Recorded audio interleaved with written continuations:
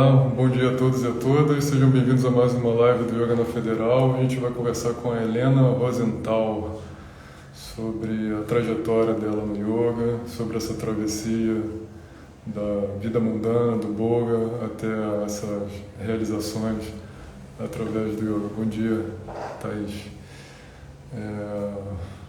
Bem, como a pandemia não terminou, a gente continua com essas lives e espero que elas estejam sendo interessantes para todo mundo. Estou esperando a Helena entrar. Sejam bem-vindas e bem-vindos.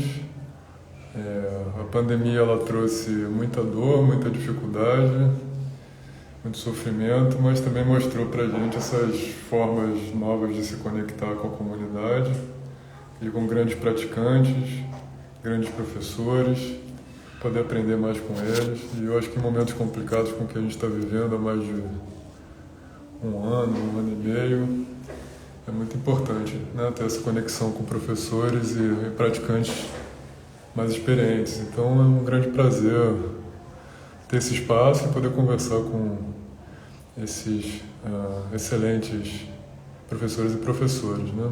Eu aprendo muito. Onde que eu ia ter a chance de conversar com tanta gente espetacular, né? Então, aproveitando essa pandemia como oportunidade também de conhecimento. Acho que a Helena entrou aqui, eu vou convidá-la. Tomara que dê tudo certo com a tecnologia. Eu sempre fico meio apreensivo com essa coisa. Vou convidar a professora Helena Rosenthal. Muito bom poder conversar com ela. Estou convidando, sejam bem-vindos e bem-vindas para mais esse bate-papo aqui no Yoga na Federal. E aí, Olá, professora, tudo bom? tudo. Desculpa, cheguei um pouco atrasada, né? Te Sem deixei problema, falando aí sozinho. sem problema. Deixa eu ver se eu arrumo a minha iluminação aqui, que eu tô de frente para a janela e tá parecendo um fantasma. Vamos ver. Ouvir você, a gente já percebe que você tem muito talento musical, porque você tem uma voz muito bonita e Ah, obrigada. Você tem fala, uma voz muito interessante. A tua voz, ela é mais gutural. Você já sacou isso? ela é mais aqui, né? Ela tem porque tem a ver com ressonância, né? Aonde a gente dirige. Foi interessante que eu escutei a live tua com o Jonathan. Peraí, antes de eu entrar nesse ponto, quero falar bom dia para você. E bom dia Sem para todo problema. mundo que está aqui com a gente. E bom dia também para todos que vão nos assistir depois. Estava comentando que, vendo a live com o Jonathan, tua, além de ter um conteúdo muito interessante, é muito interessante ver a diferença de ressonância vocal tua com o Jonathan. Você reparou nisso? Não, não reparo. É Mas muito legal. Vocês falam de forma absolutamente diferente, assim, com relação à projeção de onde que essa voz vai estar reverberando dentro da própria caixa torácica e, e do bom, rosto de vocês. bom saber. Em verdade, eu não tenho treinamento musical, não tenho treinamento nenhum, mas eu acho que a voz minha sai um pouco daqui. Do E eu acho que peito? isso reflete um pouco, porque, em verdade, a minha primeira função não é nada a ver com yoga, né? A minha primeira função é eu trabalho como professor, né? Aí essa coisa de projetar a voz lá no fundo é uma coisa importante em sala de aula. Sim, sim. E como eu sou um cara relativamente jovem, é Quantos importante, anos você tem, relativamente jovem? é importante em sala de aula eu ter passar essa seriedade com a voz também. Senão, Uhum. É interessante isso, porque teve uma época da minha vida que eu falava muito grave, né? Porque eu queria ser levada a sério. Então eu falava assim nessas notas mais graves, assim, e raramente eu me permitia abrir para tonalidades mais agudas. E aí depois, com uma certa mudança também na minha personalidade, a voz vai mudando, né? Tá sempre conectado.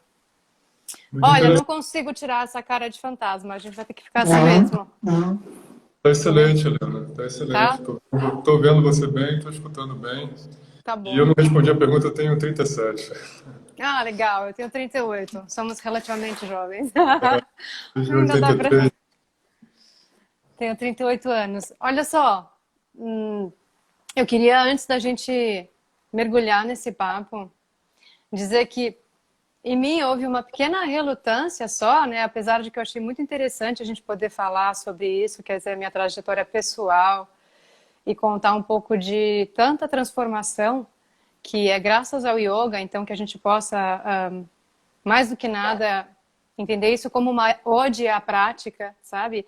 E a tudo que ela promove. Eu imagino que tem muitas pessoas que vivem na realidade em que eu vivia, de muita confusão e de realmente estar perdido dentro de um anseio, né, que a gente desconhece, até um anseio por o quê, e uma busca que a gente não sabe exatamente de quê. E a minha intenção em falar tudo isso não é de um ponto de vista egóico, como se a minha história fosse importante, ou se eu tivesse chegado a algum lugar, né, de beatitude ou de iluminação. Mas simplesmente, enfim, houve uma trajetória, né? São quase 20 anos, são 19 anos praticando, passei por muitos professores, tive muitas experiências nesse percurso para me tornar professora. Então eu acho que vale a pena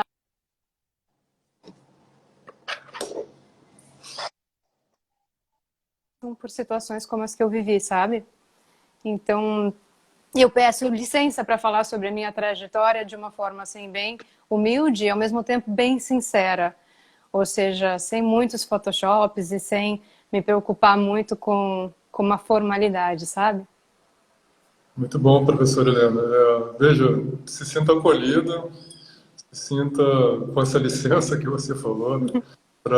Muito obrigado também pela essa visita, que eu visito nosso projeto. É muito bom poder acompanhar você também. Eu acho que teus posts em redes sociais são de alta qualidade também, são sempre muito inspiradores. Obrigada.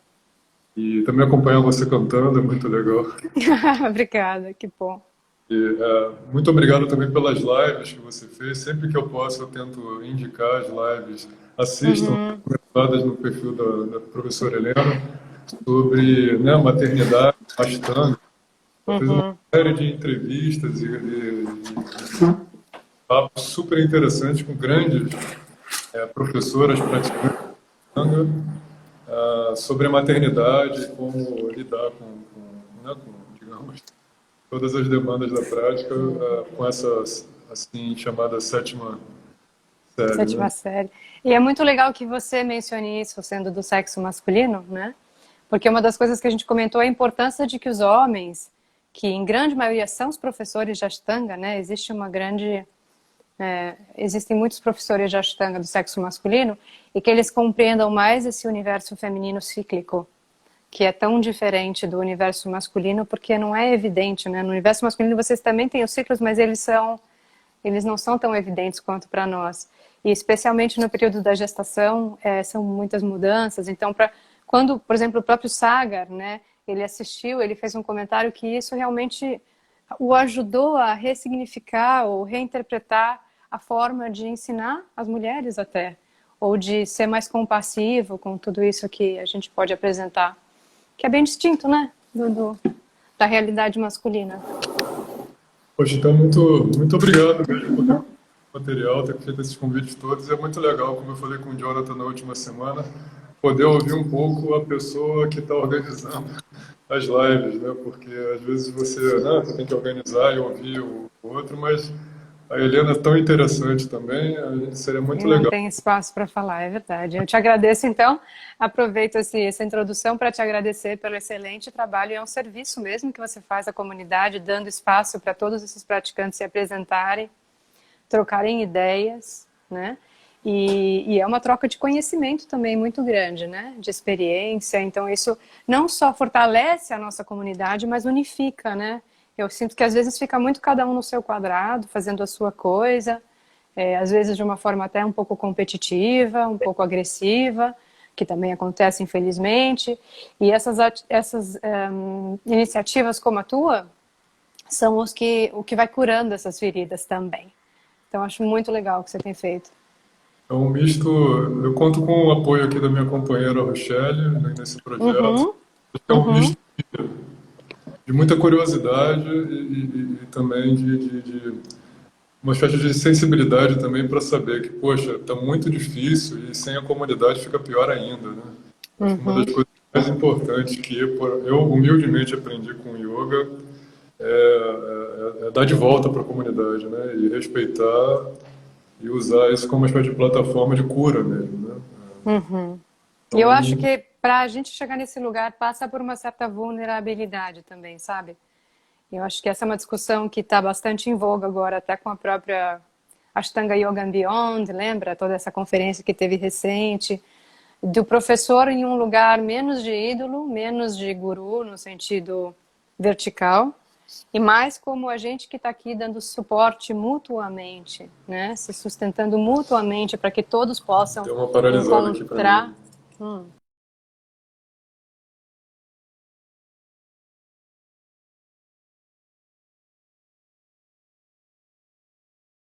Para mim ou foi para ela? Tá. Saiu? Desculpa, Helena, não sei se é a minha ou a sua, mas me paralisou aqui para mim. Você estava falando da diferença de guru, uma estrutura mais hierárquica e uma estrutura mais horizontal, né? Sim, é que eu acho que nessa nossa realidade, né, de 2021, de pandemia, mais do que nunca, a gente precisa se colocar num lugar mais de suporte, né, de ser um facilitador da prática para que todo mundo possa encontrar essa independência e essa fortaleza interior, né, e não ser dependente de uma figura. Um professor é fundamental, a gente sabe o quanto é fundamental. E a relação professor-aluno também é fundamental, porque faz parte desse ensinamento primário, né, de uma relação primária de confiança, de respeito. Mas também acho importante a gente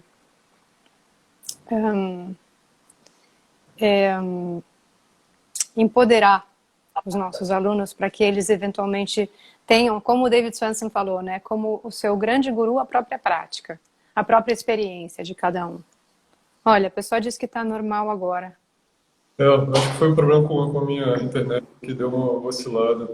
Mas acho muito bonito, muito importante isso que você acabou de falar, Helena. Eu acho que fazer da prática o nosso guru e fazer do yoga uma espécie de processo de empoderamento, né? Não transformar alunos em digamos, reféns e vítimas do nosso próprio ego, né? Tem uma mistura interessante esse método do Ashtanga entre combinação entre independência, mas também muito respeito do aluno em relação ao professor, mas autonomia também, né?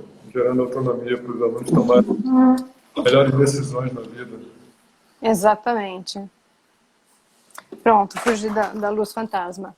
Então, embarcamos aí, vamos mergulhar no passado agora, fazer uma viagem. Mergulhar no passado. Mas primeiro talvez você possa falar que história é essa de Boga. O que é Boga, professora Helena? Tá bom. Então, esse título que a gente escolheu para a nossa conversa é porque Boga é uma palavra do hindi, né, e também do sânscrito, tanto na tradição do hinduísmo quanto no budismo, ela existe com vários significados. E significa esse prazer sensorial, essa busca pela gratificação, né? Uma busca pela velocidade de eu buscar a minha realização em algo externo que não esteja, que não parta, né, de dentro de mim. E que seria um pouco o oposto ao yoga, porque o yoga é justamente nós encontrarmos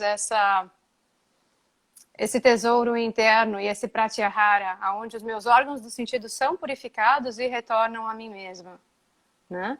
Então, o Bhoga, a gente diz que é o oposto ao Yoga, porque o Bhoga seria essa satisfação externa, essa busca sensorial, essa busca quase infantil, né, de Raga e Dveshas, ou seja, da gente buscar o que nos apaixona, buscar o que nos faz bem, o que não o que nos faz bem, mas o que é bom, que muitas vezes é muito diferente do que faz bem, né? A gente busca o que é bom, o que é o que traz uma. Eu preciso afiar o meu português agora, porque aqui onde eu falo espanhol, e aí tem o inglês, mas é uma. Como é que a gente fala? Uma retribuição, uma forma De prazer, né? de De... satisfação momentânea, instantânea, né? Então, quando eu pensei em Boga, é porque realmente quando a gente vive buscando essa satisfação sensorial, e momentânea, instantânea, a gente deixa de fazer o que é melhor para nós, a largo prazo, para fazer o que é, né, na nossa ignorância, melhor nesse momento. E aí depois vem uma conta, depois vem um preço, né? E essa conta é sempre muito alta.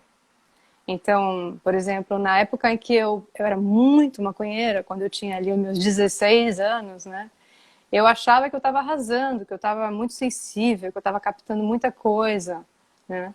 Mas hoje eu percebo que o rebote disso era muito mais forte, né? O rebote disso realmente era uma insensibilidade, era uma torpidez, era uma nebulosidade da minha percepção.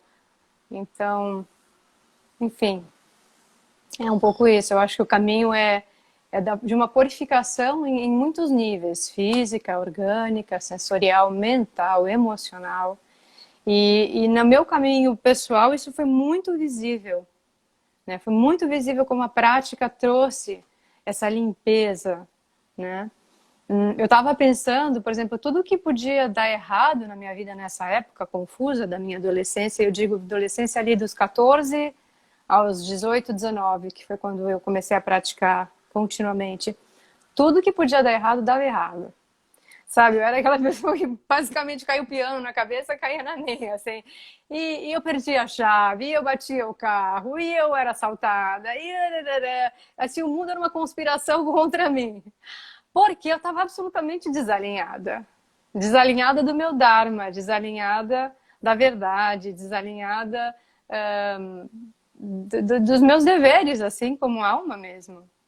E no momento em que a yoga entrou e que eu, de coração, comecei a limpar e a me reeducar, né? Uma reeducação em vários níveis,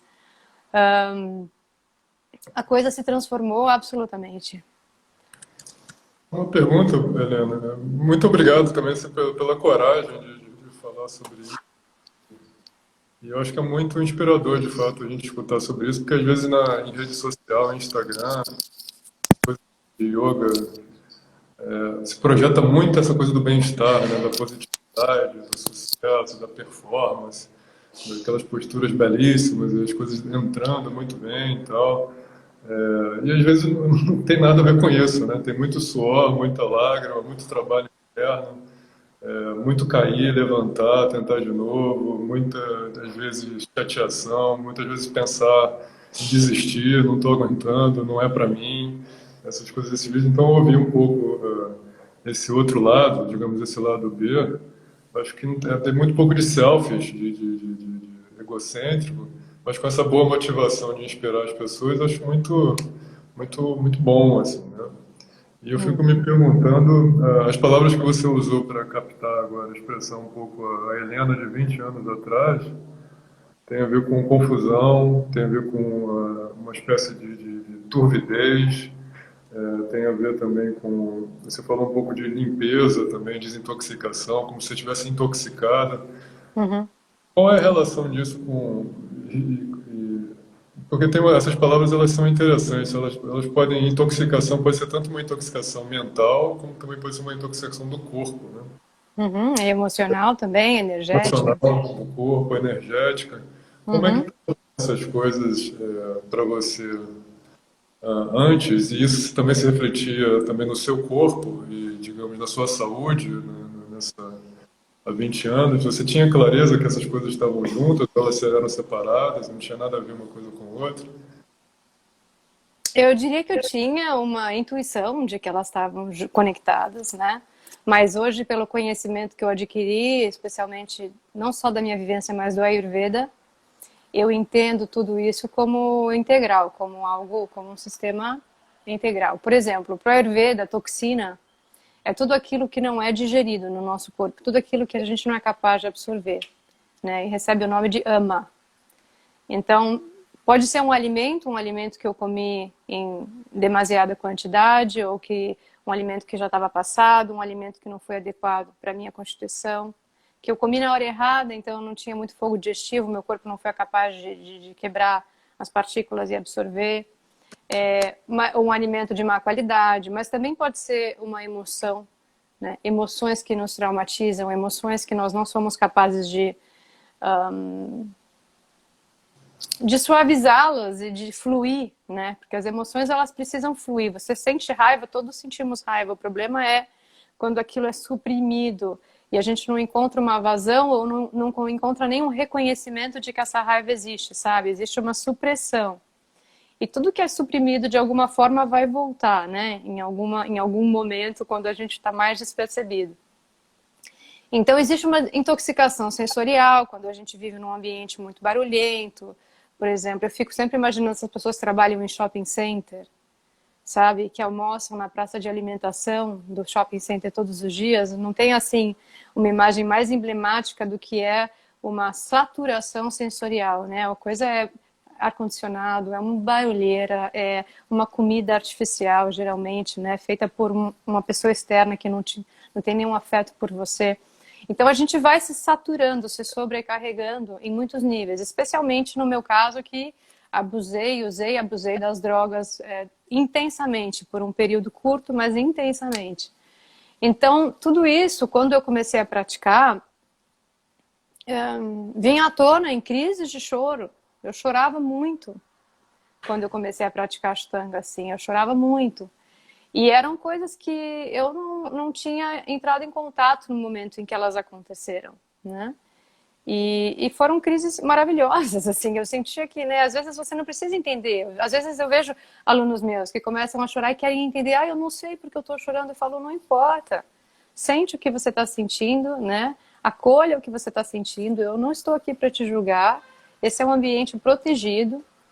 E é assim que a gente vai podendo também purificar essas emoções e fluir nelas, né? Acho que o primeiro passo é reconhecer. Então, assim, só para dar um pouco de background nessa história, eu sou a terceira filha de uma família que foi muito amorosa, que me deu uma ótima educação, mas teve um divórcio bem complicado, né? Um divórcio com muitas brigas e que afetou a mim e as minhas irmãs bastante, cada uma de uma maneira. Então, eu tive muitas questões familiares difíceis na minha adolescência, bem difíceis, decorrentes disso. Mas eu sempre tive uma natureza muito, muito intensa. Eu acho que um pouco pelo meu signo zodiacal, que eu sou Áries, com ascendente em Áries, e com a lua em Sagitário, então tenho fogo com fogo com fogo. Então eu sempre fui muito intensa. Graças a Deus o Ashtanga caiu no meu colo, porque senão eu acho que esse fogo já tinha me carburado, entende? Eu A tava gente brincando, aprende no... eu brinquei uma vez com o Léo Castro aqui numa conversa, que também é de São Paulo, falando que ariano ele tem que praticar, assim, pelo bem da humanidade, pelo bem da Exatamente. praticar todo dia. Exatamente. Então, assim, eu acho que o fogo, eu aprendi no xamanismo, que eu fui estudar um pouco mais tarde, que ele pode te purificar ou ele pode te carburar, te queimar. Né? O fogo é um elemento poderosíssimo, um dos elementos mais poderosos da natureza, e que precisa ser domesticado, né? Utilizado de uma forma sacrificial, né? De uma forma ritualística, ou enfim, com muito respeito. Esse meu fogo ariano, ele me consumia, né? Realmente ele me consumia. E eu tinha essa insatisfação muito grande com a vida mundana, sabe? Com o pagar contas, com todo esse play aqui, né? Essa encenação do dia a dia, das funções. Sempre me questionei, sempre tenho os meus cadernos ali nas minhas agendas, então onde eu buscava o sentido para tudo isso desde pequena. E lógico, eu não conhecia um outro percurso ou uma outra forma de sair fora, né, desse sistema que não fosse através das drogas. Era o que tinha sido apresentado para mim até então. Né? Ninguém na minha família praticava yoga, ninguém na minha família era vegetariano. Então eu comecei, enfim, a fumar maconha. Eu fumava muita, muita maconha. Era sempre a drug dealer da turma. Eu era aquela que tinha sempre a maconha no bolso. Já fui pega pela polícia, já fui para a delegacia, já. E depois eu tive uma paixão fulminante. Primeira vez que eu me apaixonei, aquilo me desestruturou a minha vida profundamente, porque eu queria viver em Londres. Eu tinha 16 anos. E meus pais falaram, Helena, você não está com muito discernimento. Não é possível, esqueça essa ideia. E depois de muito caos, eles me colocaram na terapia. E eu convenci a minha terapeuta, e junto com a minha terapeuta, eu convenci os meus pais de que eu tinha que ir para Londres. E lá fui eu, aos 16 anos, para Londres, e passei 5 meses. Lógico que a relação que eu tinha ali terminou em uma semana, era um fogo de palha, era uma coisa assim, absolutamente sem fundamento, sem consistência, mas eu tive essa experiência de viver em Londres aos 17, e todo o dinheiro que eu recebia eu usava em drogas. Então eu estava tomando muito êxtase, estava tomando muito ácido, eu ia nessas festas que eram dentro de lugares abandonados e eles mandam uma mensagem de texto assim antes do fim de semana, falam: a festa vai ser no lugar tal. É uma coisa meio secreta. Aí você chega lá, o cara tá te vendendo uma cartela de êxtases na porta, então você tá com 5 êxtases no bolso. Então chegava um momento que eu tomava até 2 juntos, porque já eu era bem intensa, eu diria. E eu digo, eu tô rindo, mas assim, eu dou graças a Deus à proteção divina, sabe? Dou muitas graças a Deus e à proteção divina, porque eu tive momentos em que eu poderia ter perdido a minha vida, em que eu cheguei muito próxima de uma overdose. Especialmente quando eu voltei de Londres, que me apresentaram a cocaína, e eu cheirei cocaína sem amanhã, sabe? E teve uma noite em que eu tive que pedir muito perdão e uma segunda chance, porque eu pensei que eu não fosse chegar no dia seguinte. Foi muito intenso. E pausa. Fala. Você ia dizer alguma coisa? Helena, muito obrigado. E uma coisa que me chama muita atenção é essa sua intensidade, né? Talvez seja esse Ares com Ares, esse Pita muito forte. E é muito interessante essa metáfora da intensidade, do fogo, né? Do fogo Uhum, festivo do Ayurveda que você trouxe, mas que ele uhum, deveria ser aproveitado para, assim, não... Pode ter o fogo do incêndio, pode ter o fogo de uma vela que ilumina, pode ter o fogo de alguma coisa que uhum. aquece, pode ter um fogo que acaba. Exatamente. Então tem toda Uhum, digamos, essa gradação, né? uhum. Talvez, eu acho que o yoga, de fato, pode ajudar, né? A lidar com essa intensidade um pouco. Você Sem acha que dúvida. estava procurando nessa intensidade com as drogas e com a música, em certo sentido também? Era o que você encontrou no yoga, dessa forma? O que você estava procurando? Você estava procurando alguma coisa ou você queria só queimar tudo? Não, não queria queimar, não. É assim, primeiro eu estava em busca de experiências. Eu acho que isso chega um momento em que a gente também precisa let go, sabe? Você precisa abrir mão de experiências. Krishnamurti falava muito isso nos livros dele. Mas eu buscava experiências, eu buscava explorar mesmo, fazer uma exploração, né, interna através dos psicodélicos e tudo isso, os estados alterados de consciência. Era também uma fuga, né? Era uma fuga de uma realidade que para mim era monótona, que para mim não me dava satisfação, né? Mas o que foi muito interessante, que eu acho que vale a pena salientar, é que a mudança começou a acontecer no momento em que o meu avô morreu. Eu tive um avô chamado Jacques Vrona, que foi muito importante para a nossa família. Ele era uma figura muito forte. Ele fez uma jornada desde a França até São Paulo, né, no Brasil. E ele era um grande pilar, mas eu não tinha essa consciência, eu era muito jovem. E no momento em que o meu avô morreu, eu lembro que antes, aliás, dele falecer, um dia ele me chamou no escritório para conversar comigo, porque ele viu o quanto eu estava perdida e o quanto eu estava me machucando também, né, e machucando a minha família. Realmente eu fugia de casa, eu mentia para os meus pais. Eu era, assim, o diabo da Tasmânia durante um período. Já fugi de casa acho que 3 ou 4 vezes. Minha mãe teve que me buscar em São Bento do Sapucaí, com o camburão da polícia, sabe? Pelos momentos, os motivos mais estúpidos. Eu não tinha um real motivo, mas era um anseio muito grande, assim, né? De uma rebeldia e tudo isso. E ele uma vez me chamou e me deu um livro de um rabino, Menachem Mendes Schneerson, dizendo Rumo a uma Vida Significativa. Era o título do livro. E era um livro que falava sobre virtudes, basicamente, né? Era um livro sobre a roupagem do judaísmo, mas que falava sobre yamas e niyamas e todas essas virtudes fundamentais para a gente poder estruturar uma vida com saúde, com qualidade. E eu lembro que no enterro do meu avô, eu fui com esse livro debaixo do braço, sabe? Até então eu não tinha dado importância a esse livro. E ali as coisas começaram a mudar, porque primeiro eu percebi que existe a morte. Foi a primeira experiência que eu tive muito próxima, e de que a vida não é um rascunho. E eu estava vivendo a minha vida como se fosse um rascunho, sabe? Esse é o prazo que me foi dado, é um prazo curto, é um prazo indefinido, a gente nunca sabe quantas respirações nós temos, né, disponíveis.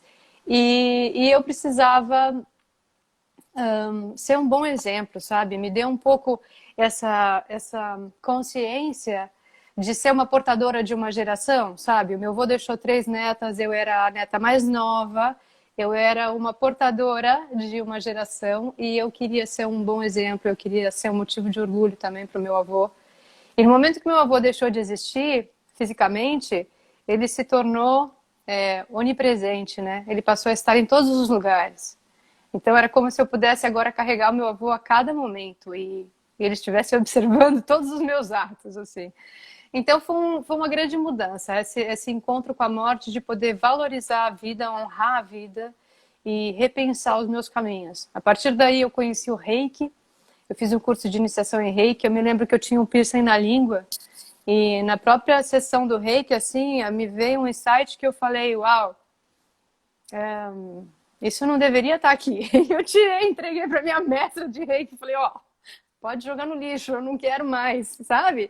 E aí começou a acontecer uma transformação. E já tinha yoga nesse momento, Helena? Já tinha... Não, aí foi tudo muito rápido. Aí eu tava na praia, um dia na Ilha do Mel, eu comecei a contar essa história nos meus posts, eu não terminei, eu tô devendo uma continuação. Mas eu tava na praia na Ilha do Mel, a gente fumando muito baseado, bem chapadas assim. E quando eu olho, tinha um grupo do Swastika Yoga do De Rose, mas pouco importava, eu nem sabia o que era, fazendo asanas num entardecer. Eu nunca tinha visto yoga na vida, eu fiquei perplexa, olhando, assim, muito curiosa. E o cara me chamou, me convidou.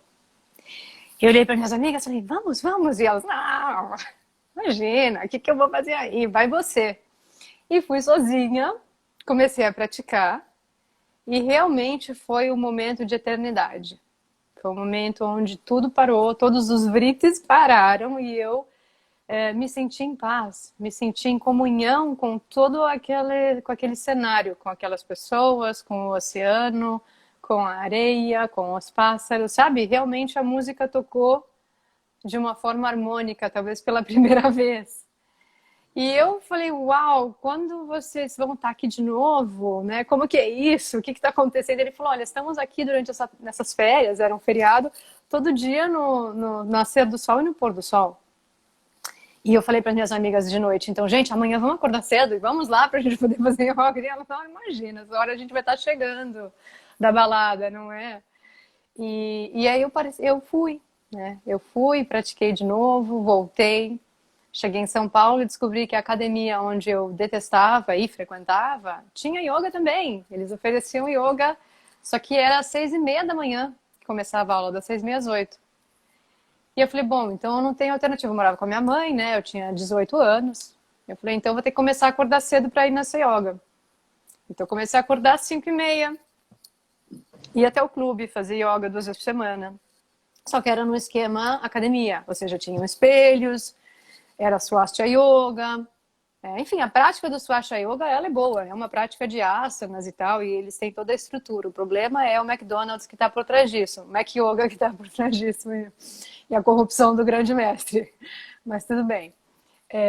Foi muito bom, né? Foi o meu primeiro contato. E 3 meses depois eu falei, tá, tudo bem, já entendi, quero fazer isso, agora eu preciso ir para uma escola de verdade. Aí eu comecei a ir em todas as escolas que eu via com um bloquinho de anotação. Perguntando, assim, tentando analisar, né, o que eu achava do professor, o que eu achava do ambiente, o que eu achava da prática, o que eu achava do preço, para poder fazer uma comparação e ver qual que eu queria fazer. E conheci o Centro Vidya.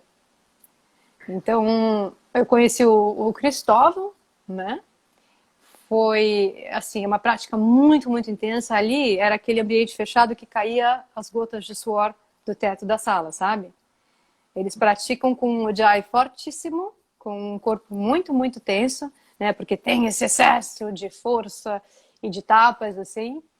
Mas eu me encontrei ali, né? Falei, é intenso, é disso que eu tô precisando. Encontrei minha turma. Tem esse contraste muito interessante, Helena, dessas duas experiências que você falou, pelo seu vocabulário agora, porque, assim, quando você falou do seu avô, da experiência do seu avô, você ressaltou a ideia da finitude, né, da brevidade, é, da mortalidade, né? E na sua experiência logo posterior com o yoga, nessa primeira experiência sua, você falou falou de eternidade, integração e essa espécie de comunhão com as coisas e a natureza, assim, né? Aí tem um contraste bem interessante aqui, né, de opostos, né, entre a brevidade, a mortalidade, o fim, uma coisa mais plácida de eternidade, né? É porque não dá para negar que as duas realidades existem, não?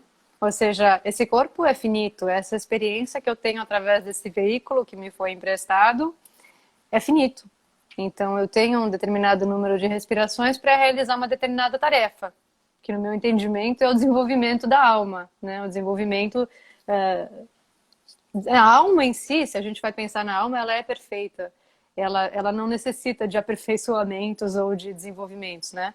Mas o que a gente precisa é ir destruindo a nossa ignorância, destruindo os bloqueios que nos impedem de acessar esse estado de beatitude, né, de clareza e de amor, né? Eu acho que a essência de tudo é esse amor, que a gente vai bloqueando, que a gente vai criando, racionalizando, né, e impedindo que ele exista.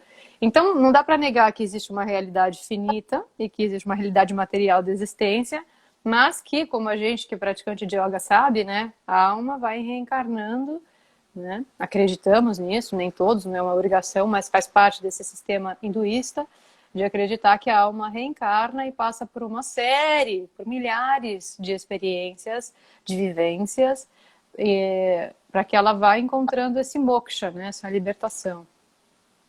Não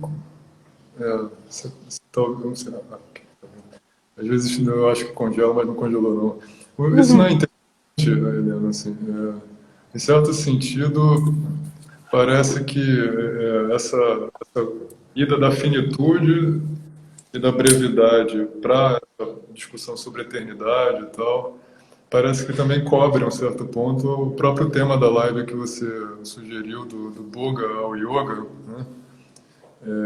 Onde o Boga tem essa coisa dos prazeres, do estímulo, do correr atrás, mas é tudo muito transitório. E o yoga já talvez teria essa parte mais de eternidade, imensidão e platitude e tal. Sim, eu acho que uma palavra-chave também é perspectiva, sabe? O yoga me deu uma perspectiva muito diferente sobre a existência, né? Me deu uma amplitude muito maior. Então eu aprendi a me desidentificar das minhas próprias histórias, né? Tudo que eu estou trazendo para você hoje não são coisas que eu fico pensando a respeito. Aquilo eu preciso também me desapegar de toda essa minha trajetória, porque isso não importa, né? A gente precisa seguir adiante e não ficar olhando para o passado. Então o yoga, eu sinto que é meio que uma morte em vida, sabe? A gente precisa morrer em vida muitas vezes. E o yoga nos ajuda com essa ideia toda por trás do Shiva, né? Desse grande destruidor, que é uma reconstrução contínua do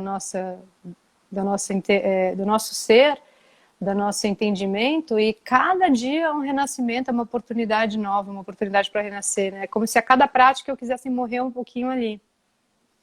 Eu quero voltar um pouquinho à minha história. Posso retomar esse fio da meada? Que eu não quero. Fala um pouco Eu do tenho. contato com a Ashtanga, do Ujjayi e da intensidade do suor caindo. Pode. Isso. Foi muito interessante esse momento, porque a prática ali era muito, muito intensa. Eu era uma pessoa extremamente teimosa e arrogante, que não assumia meus erros, que não aceitava nenhuma autoridade. Então eu encontrei na figura do Cristóvão, que era extremamente arrogante, autoritário e agressivo, um pai que eu estava precisando, entende? Nesse sentido, assim, de me conter um pouco e de, tipo, alguém que eu finalmente sentia um medo e uma vontade de obedecer, né? Eu acho que existe o caminho do amor, mas o meu caminho ali foi um pouco pela dor, porque ele era uma pessoa que tinha esse temperamento. Só no abraço do Cristóvão ele já te destruía, né? Era um abraço que apertava, apertava, apertava, apertava. Você saía assim meio duro, então o encontro com ele já era uma coisa meio desagradável, assim, as pessoas fugiam desse abraço. E a prática do Cristóvão era uma prática muito intensa. Então, eu entrei numa formação que ele criou ali 3 anos depois, e a gente fazia os retiros. E os retiros eram de 4 ou de 10 dias, em silêncio, em Mauna. E a gente fazia 2 práticas de Ashtanga por dia, inteiras, uma de manhã e uma à tarde. A gente fazia 2 séries de 50 minutos de pranayama com kumbhaka, uma de manhã e uma à tarde, 50 minutos, tá? E 2 séries de 50 minutos de meditação em lótus, em Padmasana. E se você soltasse o seu Padmasana, você era um falido. Você era, assim, a escória da humanidade. Então, ele realmente queria que todos ficassem no Padmasana durante os 50 minutos e fossem, assim, entendendo que a dor é uma perspectiva, que a dor, a gente tem que domesticar a dor, a gente tem que ultrapassar a dor e tudo isso. Então, eram retiros muito, muito intensos, mas eu sentia que eu precisava de uma purificação por todo aquele meu tempo perdido nas drogas, né? Que eu estava muito intoxicada e que, enfim, eu sentia que tinha muita coisa assim para limpar do ponto de vista orgânico mesmo. E eu me lembro que eu fui num astrólogo muito bacana que viu meu mapa assim, eu falar absolutamente nada sobre mim. E de cara ele falou assim: Helena, a pureza vem do coração. Ela não vem do corpo. Você não precisa se purificar. O coração deve ser puro. A criança, ela é um serzinho mais sujo que tem e mais puro ao mesmo tempo. E eu achei aquilo muito bonito e muito, assim, certeiro, porque eu estava nessa, né, um pouco no alto flagelo de achar que eu precisava um pouco pagar pelos meus pecados, assim, de tanto tempo me drogando e tudo isso, né? Mas, enfim, eu cheguei no Vidya para ficar, no sentido de que eu cheguei no Ashtanga para ficar, eu sempre pratiquei aí com todo o rigor e as normas, não? Dentro dessas 6 vezes por semana, dentro do respeito com as luas. Na verdade, no Centro Vidya a gente não fazia o respeito às luas, não tinha esse entendimento, né, essa instrução. Assim como não se fazia drishti. O Cristóvão dizia que drishti era muito avançado e que não precisava fazer drishti. E eu também fiz a massagem do Cristóvão por um período. Graças a Deus eu saí invicta, nada aconteceu entre nós, a minha ingenuidade me protegeu. Mas infelizmente eu soube um tempo depois que muita coisa extremamente negativa acontecia nessas massagens. Mas a massagem do Cristóvão era uma tortura, ela era uma massagem extremamente dolorosa e eu saía toda roxa com hematomas que eu tinha que esconder o meu corpo depois, porque perigava de meus pais quererem vir tirar satisfação. Eu ficava muito, muito roxa. Chegava num ponto no final em que eles subiam em cima de mim assim e apertava o meu globo ocular com toda a força. O corpo todo começava a tremer de medo. Eu tinha que pedir a Deus, por favor, não me tire a visão. E aí você voltava desse estado e dava um barato, né? Você voltava assim, tipo, né? Porque realmente era muito assustador. Então era tudo muito extremo, tá? Nesse período de Centro Vidya. Mas o momento em que eu me libertei disso foi muito legal, porque eu tinha sido convidada, eu já cantava. Tudo isso eu cantava na noite, cantava em bares, cantava em casamentos, cantava em eventos, já cantei até em despedida de solteiro, em velório, tudo isso. E eu fui convidada para cantar na Bahia durante uma temporada de férias no Outeiro das Brisas, ali perto de Trancoso. E eu fui, passei um mês tocando nesse bar e já estava cansada de estar lá, daquele universo, eu senti que já estavam abusando um pouco da minha boa vontade. e fui para Trancoso passar uma tarde. Encontrei o Arthur Veríssimo em Trancoso, que estava ali para um workshop do Matthew Vollmer. E eu nunca tinha feito uma aula que fosse fora do Centro Vídeo. O Cristóvão desencorajava, nossa, assim, né, com todas as letras a estudar, a ler livros e também a buscar outros professores. E ali eu falei, uau, o Matthew Vollmer, que bacana, ele é de Londres, que legal. E o Arthur Veríssimo falou, Helena, você tem que experimentar, você tem que vir praticar com o Matthew, é o máximo, você vai gostar. E eu voltei para o Outeiro das Brisas, peguei minha mala e falei, acabou, tô indo. Preciso pegar essa oportunidade, já fiz o que eu tinha que fazer aqui, já dei todo o dinheiro que vocês precisavam, estou indo. E cheguei na Bahia, me achando a praticante, e me senti, na primeira prática, um rinoceronte. Um touro, assim, desgovernado. A minha prática era pesada, não tinha banda nenhum, não tinha drift nenhum, tensão por todo lado e nenhuma força interna. Ficou muito evidente para mim. Eu não tinha ideia do que eu estava fazendo. E o Cristóvão não estava me orientando. E eu não estava fazendo o Ashtanga Vinyasa Yoga como é globalmente essa linguagem universal. Eu estava fazendo a Ashtanga do Cristóvão. A minha prática era diferente de todos os outros dentro desse abecedário da prática, sabe? Então, naquele momento, eu falei, opa, não, isso aqui não tá bom. Eu quero aprender o Ashtanga como linguagem universal e não como prática do Cristóvão. Então, eu fiquei ali, aprendi com ele algumas semanas, vivi um outro grande amor que foi muito importante para mim, porque me abriu, assim, sabe? Era uma pessoa muito gentil, que me tratou muito bem, e eu experimentei uma gentileza que eu talvez nunca tivesse experimentado e que dissolveu muitas couraças da minha alma. E quando eu voltei para o Cristóvão, e na época ele tinha um ashram na Serra da Cantareira, eu falei, nossa, eu não pertenço mais a esse lugar. E ele já estava me convidando para dar assistência, ele queria que eu me tornasse professora. E ele já havia mencionado que eu poderia me tornar também uma terapeuta da massagem. E ele me encorajou, e aí isso sai um pouco do estilo dele próprio, a fazer um curso de formação em Ayurveda. E foi aí que eu fui fazer um curso de formação em Ayurveda, em terapeuta ayurvédico, com o Dr. Luiz Guilherme Correia Neto. E nesse curso foi muito importante, porque eu percebia que muita coisa que eu aprendia sobre Ayurveda era oposta do que as orientações que o Cristóvão nos dava. Por exemplo, o Cristóvão falava, durante a manhã, tomem uma colher de mel com uma colher de ghee em jejum e venham para a prática. Aí você aprende no Ayurveda que ghee e mel em quantidades iguais são tóxicos, são danosos ao organismo. Como que um cara manda você tomar em jejum todos os dias? E ele me mandava fazer jejum todas as semanas, e era um jejum sem água e sem comida. E eu tinha que praticar, depois de mais de 24 horas de jejum, ele queria que eu praticasse também o Ashtanga dentro dessa sala sauna. Então, as orientações dele eram não só incorretas, mas eram muito perigosas. Quando eu comecei a estudar sobre pontos Marma, que são pontos letais que a gente tem aqui na região do tórax, do externo, o Cristóvão apertava assim, sem critério nenhum, pontos muito delicados. Então, assim, quando eu me dei conta de tudo isso, eu não tive dúvida. Eu peguei o meu banquinho e saí de mansinho. Eu não fui tirar satisfação com ninguém no Sudeste. Aqui não. E aí eu não tinha outras referências em São Paulo. Eu fiquei buscando, até que o próprio Dr. Luiz Guilherme falou, Helena, você já ouviu falar do Fábio Sayão? Ele é um praticante muito dedicado, muito avançado, que fez muitas viagens para a Índia, dá aula nos fundos de uma escola de flamenco aí em São Paulo. Uma escola de dança. Por que você não vai? Quer que eu faça uma pausa ou posso continuar? Pode continuar. Até a pausa da água é bom também, importante. O Eu tomo muita água.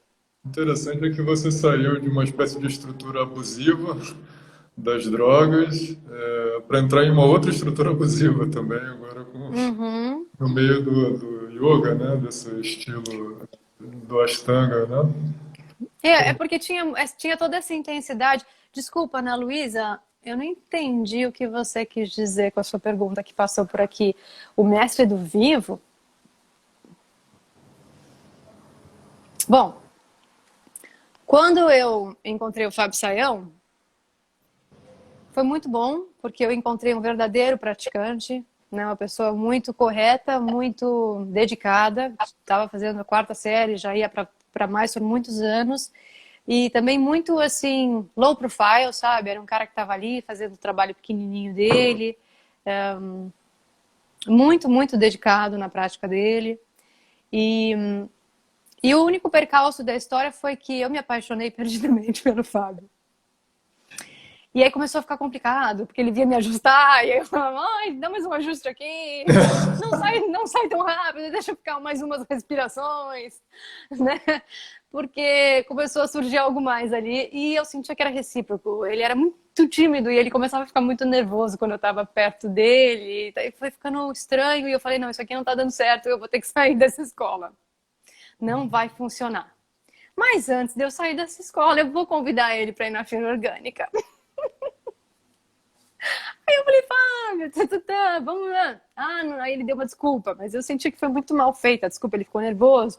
Aí eu tentei mais uma vez um outro programa. Aí ele também deu uma desculpa muito ruim. Daí eu falei, olha, vamos no cinema? Tá bom, vamos. Aí ele veio no cinema todo arrumadinho, de camisa, de perfume. A gente ficou, como se diz, né? Quando é jovem, a gente ficou. E a gente já seguiu namorando a partir desse momento. Ele falou, olha, quando acabou lá a sessão, ele falou, então, você não é mais minha aluna agora, tá? Você é a minha namorada e... Eu falei, fica tranquilo, tudo bem. E ele falou, olha, eu já ia te convidar para me dar assistência, que você tem uma prática muito dedicada, muito avançada. Você topa ser minha assistente? Eu topo. Então eu virei assistente do Fábio por um período, aprendi muito com ele, foi maravilhoso esse período, eu sou muito grata. E a gente foi se morar junto, a gente se mudou para morar juntos e abriu uma escola chamada Ashtanga Yoga São Paulo.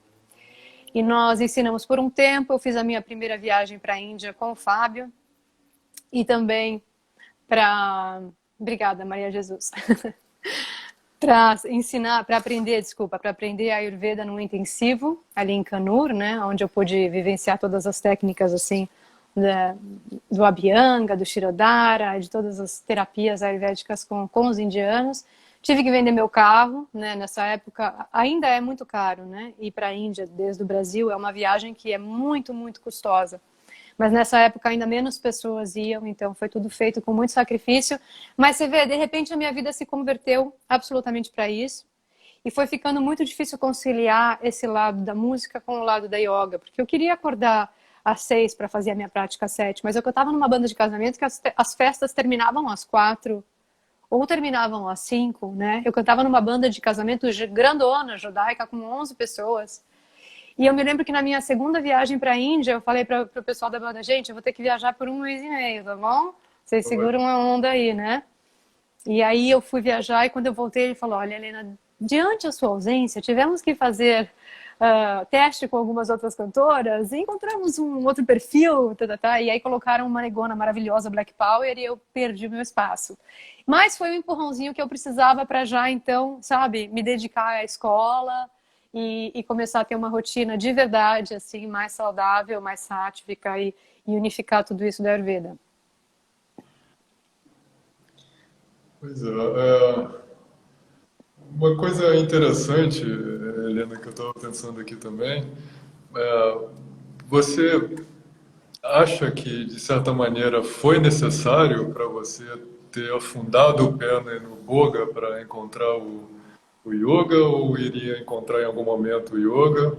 Qual é essa relação toda essa vida pregressa, abusiva, em certo sentido, que você pra gente com encontrar o yoga? Você acha que teria acontecido encontrar yoga sem ter passado por esse fogo que queimava tudo em volta? Você teve que afundar numa espécie de inferno para conseguir encontrar esse céu? Oi, o celular caiu. Olha, Marcos, eu adoraria poder responder essa sua pergunta, mas a verdade é que eu não sei. Né? Não sei se eu teria encontrado o yoga, ou se eu não teria encontrado yoga, não sei se eu teria hoje essa tranquilidade, eu diria, não é uma tranquilidade, mas digamos que eu tenho muito mais domínio sobre as minhas emoções e uma alegria interior, sabe, uma estabilidade, assim, uma equanimidade que eu acho que eu cheguei, sem dúvida, graças a minhas práticas, né? Sem dúvida, graças a toda essa dedicação que eu tive ao largo desses anos. O que eu sinto é que ter vivido tudo isso me deu a possibilidade de agora ser muito tranquila com relação a não querer mais essas coisas, entende? Quer dizer, Não é uma sedução para mim, esse universo, né? É uma decisão muito, muito clara e muito serena em não voltar para essas amarras que eu cultivei. Porque eu já cultivei e já vi que por ali não tem nada mais lá para baixo, sabe? Que o caminho é para cima mesmo, sabe? E então eu acho que foi muito importante para eu ter tido essa experiência, sem dúvida, porque isso formou quem eu sou e hoje faz parte da minha trajetória e me dá essa tranquilidade.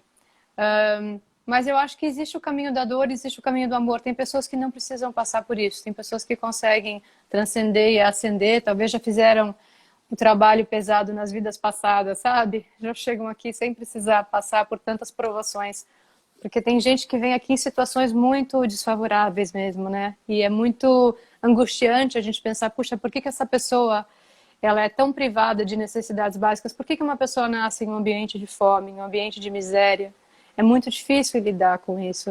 A gente busca respostas, né? Bom, talvez porque essa pessoa precisa passar por essa aprovação. Não dá para saber qual que é realmente a causa de uma desigualdade ou de uma diversidade tão grande de experiências, né? Mas eu acho que o mais importante não é a experiência, mas é o que a gente faz com ela, né? Realmente, essa volta por cima ou esse aprendizado que a gente é capaz de extrair de experiências difíceis, né? Eu acho que todos nós temos experiências difíceis, todos nós temos experiências traumáticas. O problema é quando a gente para no trauma e não consegue se desapegar dessa historinha sobre quem somos nós mesmos, né? Então, assim, eu sou super grata por tudo isso que eu vivi. Não é uma coisa que eu costumo falar a respeito, porque eu não acho que vem ao caso, nem que agrega. Mas eu tô achando muito bom também no nosso papo eu ter a oportunidade de falar sobre tudo isso, porque faz parte de quem eu sou, de certa forma. Bom, a gente está também gostando muito de ouvir e aprender um pouco mais sobre a Helena, essa Áries com acidente em Áries, né? Eu fiquei impressionado com isso. Você acha que, É. em certo sentido, esse boga, esse pé vou usar essa metáfora mais cristã, esse pé no inferno, em certo sentido, te tornou você é uma melhor praticante de yoga por ter passado por isso? Um praticante de yoga que não passou por isso, ele seria um praticante de yoga menos maduro ou mais ingênuo? O que você acha? Olha, o David Swenson, ele nunca fumou um baseado na vida dele.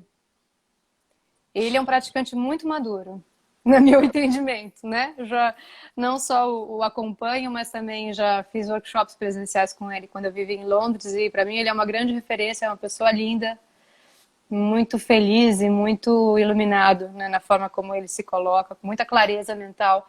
Então não acho que seja uma necessidade passar por esse tipo de experiência, não? E ele é nosso exemplo vivo, por exemplo, só para ilustrar alguém. Mas eu também acho que essas experiências elas engrandecem, né? Elas engrandecem se elas são bem costuradas dentro da nossa vida, né? Eu acho que vale a pena. A live vai ficar gravada, assim, não vai? Acho que sim. A pessoa está perguntando. O que eu acho que vale a pena mencionar também é que quando eu tinha ali esses meus 19 anos e já estava começando a praticar o Ashtanga e comecei a... Porque daí, assim, me livrar das drogas, na verdade, foi da noite pro dia. No momento em que me veio uma clareza, me veio um entendimento, me veio uma possibilidade de uma direção. Me foi apresentado ali que existe um outro caminho. Eu só não estava encontrando a direção. Quando eu vi que tinha uma outra direção, eu falei, beleza, é para cá que eu vou. Então eu tinha um discurso de que eu ia que nem a Janis Joplin, o Kurt Cobain, morrer de overdose com 27, 28 anos e eu não via muito mais perspectiva para mim, né? Mas no momento em que tudo isso se apresentou e que a minha vida se ressignificou, eu parei de fumar e eu parei de cheirar e eu parei de usar o cigarro, por exemplo, né? Que eu fui uma grande fumante do cigarro Marlboro, assim, uma cartela de Marlboro por dia, tudo isso. Foi da noite pro dia, porque aquilo realmente perdeu o significado.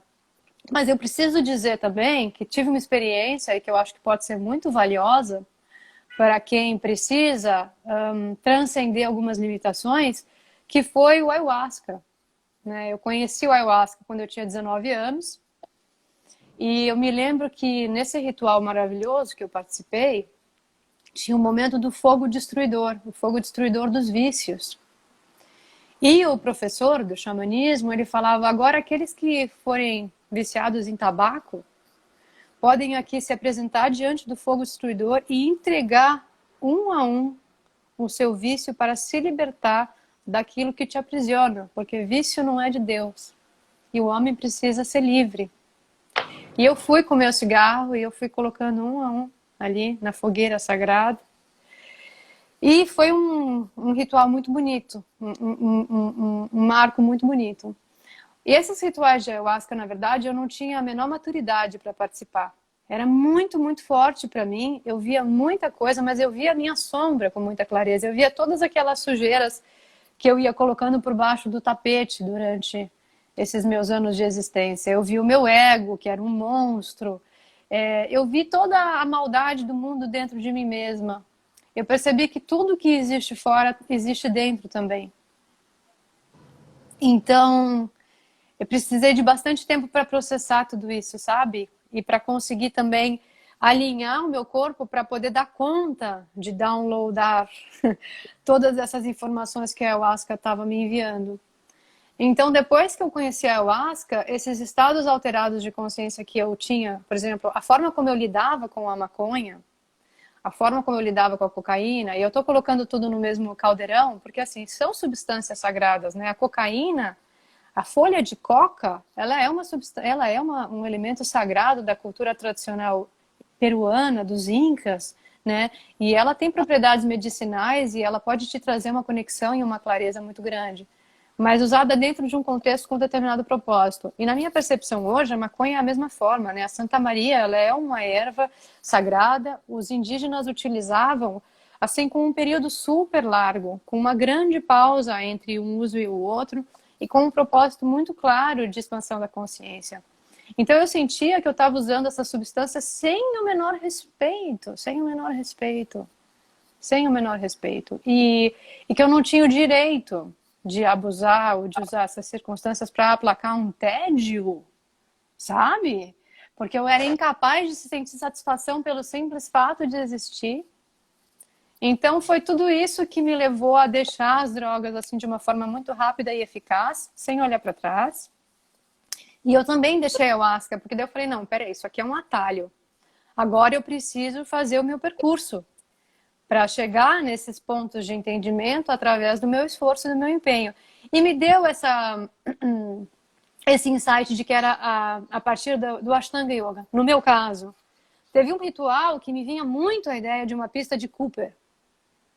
E eu fiquei imagem, uma pista de Cooper, um homem ou uma pessoa, né, andando em círculos. Eu pensava, mas por que uma pista de Cooper se eu posso correr pelo planeta todo? É só sair correndo. Por que eu preciso restringir a uma pista de Cooper? E eu me dei conta de que essa pista de Cooper era a minha prática de Ashtanga.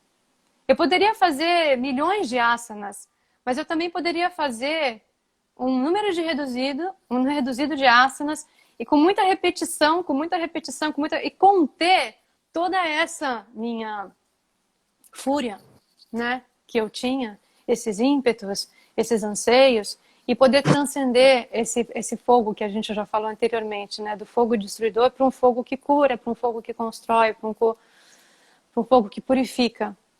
Então, eu sinto que foi muito importante também esse encontro com essa medicina, que é a ayahuasca, que existe também um lado, uma sombra, existe uma forma de usar a ayahuasca como tudo, né, que é muito nocivo. Aliás, como a Ashtanga também, né? Muito bem colocado. Você pode usar de maneira muito nociva o Ashtanga também. Muito bem colocado, professor. E então, assim, eu deixei de usar todas essas substâncias e voltei pro ayahuasca, acho que aos 24 anos, quando eu já estava me separando do Fábio e estava muito difícil, eu tinha um monte de couraças, eu já tinha me tornado uma pessoa muito retraída, né? Porque era uma relação um pouco controladora. E sabe quando você precisa se separar de alguém e quebrar aquele vínculo, aquele elo, aquela estrutura, aquelas couraças? E aí eu fui, tomei, e foi maravilhoso, porque eu pude respirar fundo de novo e reencontrar a Helena que eu era. E a ayahuasca é uma medicina que, assim, Se eu tiver oportunidade, eu tomo uma vez por ano, 2 vezes por ano, uma coisa assim no solstício, na mudança de estação, como uma forma de eu dar realmente é como que chacoalhar as minhas placas tectônicas, sabe? As coisas vão se condensando, e aí vem a planta e quebra um pouco essas próprias identificações consigo mesma e te mostra um pouco da tua sombra para você baixar a bola também e ser mais humilde. E me relembra dos meus potenciais. Por exemplo, quando eu tomo ayahuasca, a voz que passa através de mim, porque eu nem diria que é a minha voz, é a coisa mais límpida, mais pura, mais angelical possível. E aí o meu percurso, o meu caminho, o meu dever, quando eu termino a minha sessão, é encontrar quais são todas essas minhas barreiras, esses meus bloqueios, esses meus medos. E agora eu tô falando da voz já como uma coisa metafórica, né? Porque cada um tem o seu poder dentro de si, assim. Digamos que o meu poder é a voz, meu superpoder. E o que eu preciso buscar, o que eu preciso transformar e purificar num sentido mais amplo, para que essa joia possa brilhar sem medo e irradiar para todas as pessoas, sabe? E eu possa dar minha contribuição ao mundo de verdade, assim. Então essa é uma busca que não tem fim, né? Eu continuo nela. E eu só queria comentar uma coisa importante, eu sei que o nosso tempo vai acabar, que quando eu comecei a ensinar o Ashtanga, eu tinha 4 anos de prática. E foi porque me convidaram para dar aulas numa clínica que tratava de viciados, de adições. Viciado não só em drogas, mas também em pornografia, em chocolate, em internet, né? Existem diversas formas de vício em jogo, em Trabalho. compras, em trabalho, em yoga. Existe. E eu praticava só há 4 anos, e eu falei, imagina, eu sou uma iniciante, eu não estou pronta. E ele falou, não, mas eu quero que seja você, porque você tem uma energia, ou porque você entende desse universo. Eu falei, não, mas eu sou uma iniciante, eu não sei como... Ele falou, Helena, você precisa começar em algum momento, né? E vamos fazer um teste, você vem dar aula, e se não for legal, a gente para, né? Vamos experimentar. Eu, tá bom, pensando assim, tudo bem, a gente experimenta então, e se não tiver bom, a gente para, tá bom. E aí foi assim que eu comecei a dar aula, foi por um convite numa clínica. E fluíram bem, lógico que eu não tinha muita ideia do que eu estava fazendo, eu era muito inexperiente, mas essa carreira de professora de yoga foi algo que chegou até mim. Não foi algo que eu busquei e nenhuma decisão que eu fiz em me tornar professora, sabe? E eu acho que isso é algo que difere muito, né? De uma conduta que se tem hoje, assim, onde as pessoas querem primeiro ser professor e depois pensam em ser aluno, né? A pessoa está começando a praticar yoga, eu quero fazer um teacher training. Fala, por que, Jesus?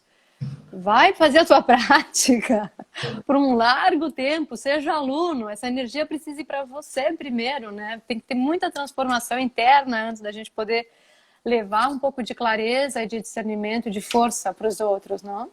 Muito importante esse comentário que você está fazendo, de fato, né?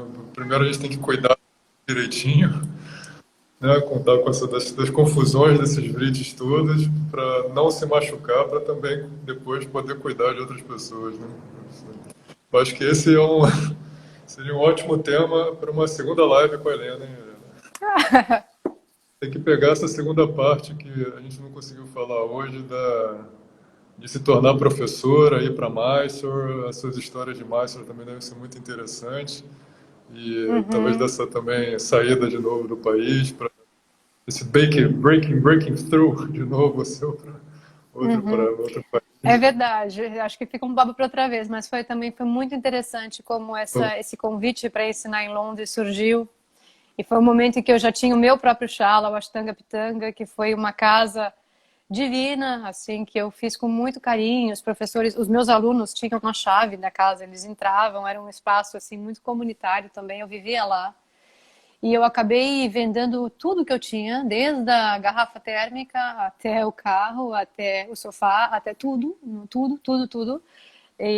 para fazer essa viagem para Londres, né? E para, enfim, aprender. Foi essa a minha motivação maior, ir para Londres aprender, então, com todos esses praticantes incríveis que não vêm para o Brasil, né? E ter uma experiência mais engrandecedora. Afinal, eu tinha 33 anos e já tinha um Shala e já estava lá, quer dizer, eu falava, não, eu ainda sou muito imatura para já estar nesse lugar.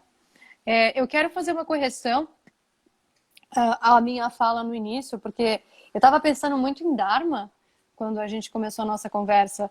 Então eu falei, o Dharma, eu pensei na minha mente, né? O Dharma é uma palavra que está na tradição budista, que está na tradição hindu, que tem origem também índia, mas a palavra Boga, ela não é nada disso. A palavra Boga, ela é sânscrita mesmo, e ela tem a sua origem na tradição hinduísta. Tá? Eu só queria clarificar aí, porque foi um erro que eu cometi, então ainda dá tempo. E ela tem esse significado de indulgência, né? De satisfação sensorial, de buscar a experiência, de uma certa forma de consumo, né? Eu consumo as minhas experiências por uma gratificação instantânea, uma forma de recompensa, né? Então, só queria fazer essa correção. Marcos, você se importa se eu encerro a nossa live com um poema? Sim, fica à vontade, Helena. Você é a nossa querida convidada. Mas eu queria. Eu acho que uma coisa também me impressionou conversando contigo agora. Eu acho que é uma metáfora assim, pervasiva, uma analogia pervasiva em tudo aquilo que a gente ouviu sobre você. Hoje é essa metáfora do fogo, né? E do fogo que destrói, do fogo que consome, do fogo que, né, com essa intensidade que pode levar tudo abaixo, mas também tem esse fogo, talvez que ilumina. Mas eu acho que um outro fogo interessante que eu acho que você encontrou no ayahuasca e você encontrou no Ashtanga, é esse fogo sacrificial, né? Esse fogo do sacrifício. E me lembrou muito do tapas, né? Essa coisa do você entregar para queimar e let it go, assim, né? De certa maneira. Mas foi a maneira como eu vi, né? É como se a tua trajetória fosse do Boga para o Yoga fosse uma trajetória desse fogo destruidor para esse fogo do sacrifício, né? Do sacro, Uhum. né? Do ofício sagrado, assim.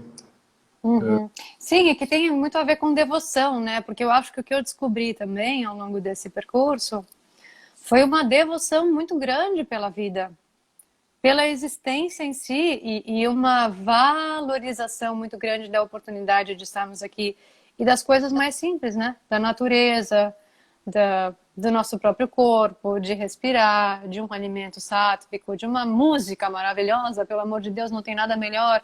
Ou seja, a gente tem tantas possibilidades de ter um desfrute, um deleite, né?